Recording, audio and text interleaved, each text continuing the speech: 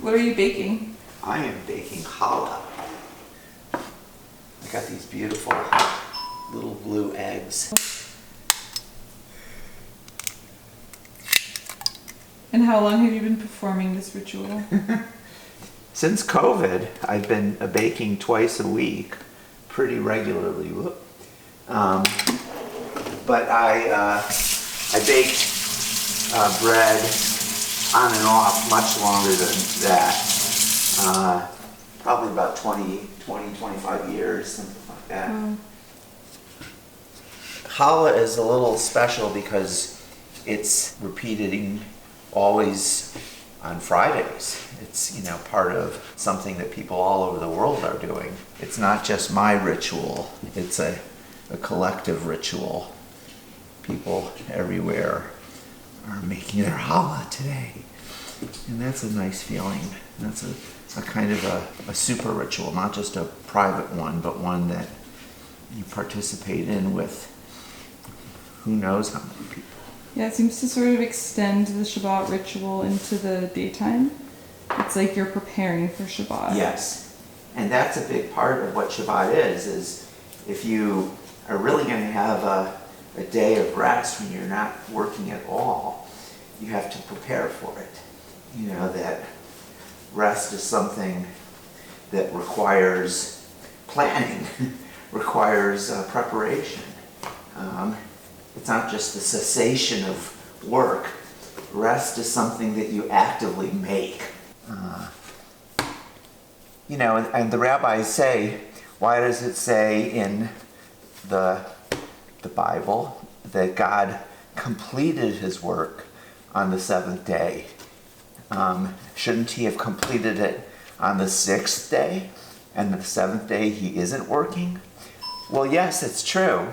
But what they argue is that on the seventh day, he completed his work, which was making rest, making the possibility of stopping from work, which is, again, quite different from the lack of something, somehow the absence of work. It's a positive creation. So God made rest, you might say, on the seventh day. And then he was able to enjoy it too, is how the rabbis understand it. I love hearing my dad talk about ideas. As he talks, he speaks the idea into existence. I can feel it form in the air, like glistening dewdrops, suspended between us.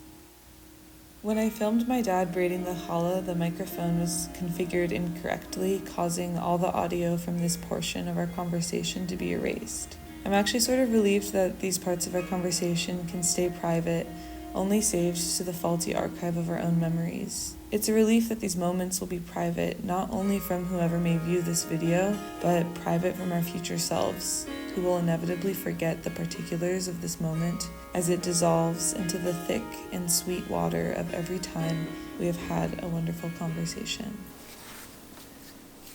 And that's a very nice feeling when you're making bread. I guess that would be my favorite moment of making bread, when the dough really comes together and becomes a kind of a one, a collective. It's a model of, things working together, binding together, coming together to form something more than the sum of their parts. Do you remember the first time that you made challah for Shabbat? I don't. Maybe that's part of what happens to a ritual. Yes. Instead of, the ingredients, instead of being one or particular instances, they become a sort of one memory. I think that's right. There's a sense of repetition that you're doing something that you did last week and the week before and the week before, and each one loses its individuality in that sense of a greater collective ritual that has been ongoing. It feels timeless. I feel like I'm entering into into a sort of an eternal, eternity in the moment when I'm making challah. It feels like time is just expressed in different ways when I'm baking. It doesn't have the same linearity. When I enter our home, I feel like I am entering an eternity.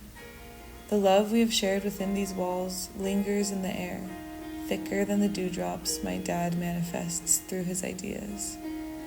Our family has lived so many lives within these walls.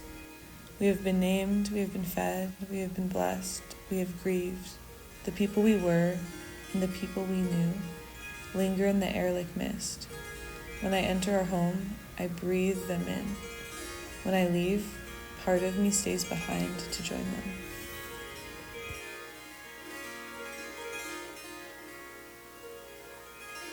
How else do you feel like you create? Oh, in so many ways. I feel like Mommy and I created you guys and a household for you to grow up in, and we created a life. We created a world for ourselves. That's what it means to be in love, really, is to recreate a world, to make a new world from the point of view of the two people. Yeah, I agree. The household that you and Mom have created is very much a world. I think part of what can be hard about, or like what has been hard about growing up, has been like having to create my own worlds. And I think I felt a lot of like grief over childhood being over. Uh-huh. And I think that part of that is because of how amazing our household world is. Mm-hmm. And I say is instead of was because I think that world still exists when we come together and in our little group texts and like in our love for each other. Yeah, that is, I think, one of the things that will make you feel, most grown up and most, fully creative, if you will, in your life, is when you're able to, and I'm sure you already are doing this, but as you continue to be more able to, be hospitable to other people, to make a space that other people feel that they come into and they think there's something magical there, some kind of, circle of love and, and happiness. So that becomes, that's what growing up, I think, really is saying, I'm going to make such a place, not just inhabit such a place. A painting is also an eternal moment. Unlike a movie, a painting can only be one frame. Therefore, it captures a single moment and preserves it, stretching a second into perpetuity.